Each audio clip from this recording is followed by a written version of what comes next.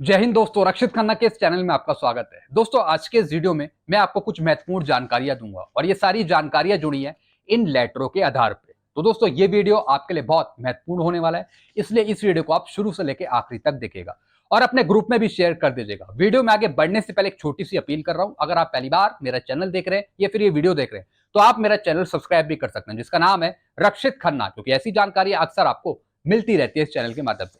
चलते हैं दोस्तों पहली इंफॉर्मेशन की तरफ।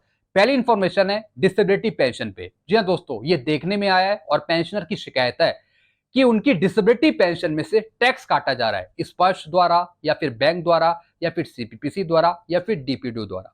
दोस्तों, एक लेटर जारी हुआ था government of India, ministry of finance का, जिसमें कहा गया था कि आपकी टोटल डिसेबिलिटी पेंशन में से कोई टैक्स नहीं काटा जाएगा। यानी डिसेबिलिटी पेंशन पे आपको छूट है टैक्स पर, टैक्स एग्जेम्प्टेड है। लेकिन दोस्तों, तब भी पेंशन डिस्बर्सिंग एजेंसी आपका टैक्स काट रही है टोटल डिसेबिलिटी पेंशन पे।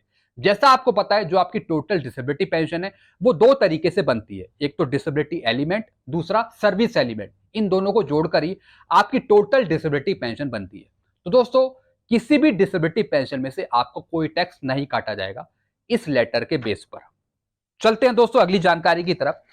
दूसरी जानकारी है OROP 3 पर। जी हाँ दोस्तों, एक मैसेज मेरे पास शेयर हो रहा है हर एक पेंशनर के लिए, जिसमें लिखा है the implementation of our OROP 3 is part of our current central government 100 days political agenda.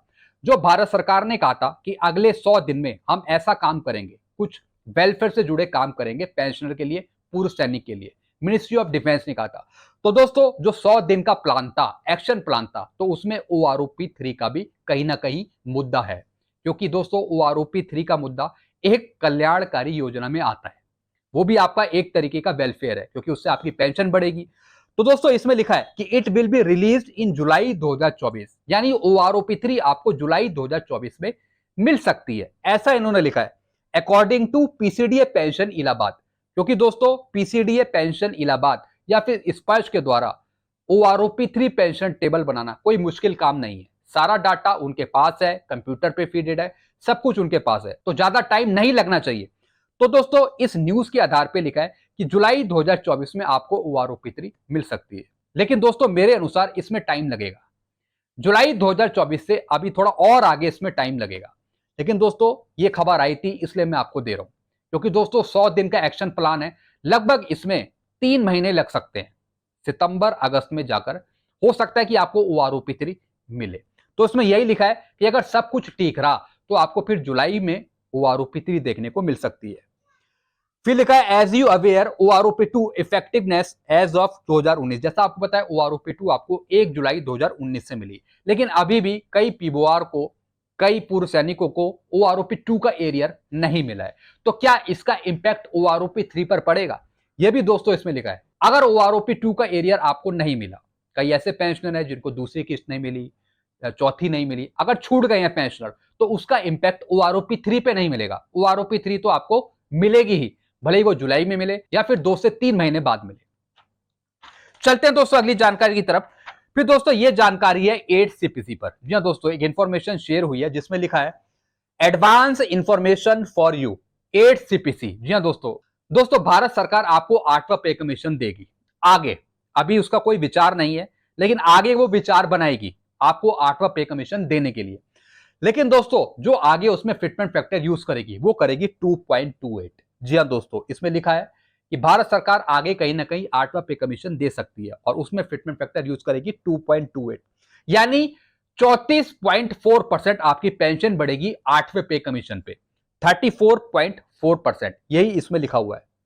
फिर दोस्तों, जो आपका फिटमेंट फैक्टर है 8CPC में, वो 3.68 नहीं होगा, 3.00 से ऊपर नहीं होगा, यानी 3 से नीचे नीचे ही होगा, या तो 2 से ऊपर या फिर 2 से नीचे।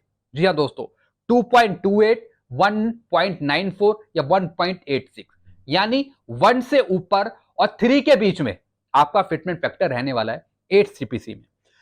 और दोस्तों, ये मैसेज भेजा है कैप्टन जगत सिंह कटेवा जी ने। जी हाँ दोस्तों, ये इंफॉर्मेशन सही देते, इनकी इंफॉर्मेशन कोई गलत नहीं रहती है।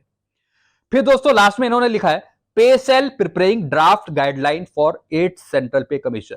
जो पे सेल है वो दोस्तों कहीं ना कहीं ड्राफ्ट गाइडलाइन बना रही है 8th CPC पर, कि किस तरीके से 8 CPC कैसा होना चाहिए, क्या उसकी गाइडलाइन रहेंगी, क्या क्या चीजें उसमें शामिल होगी।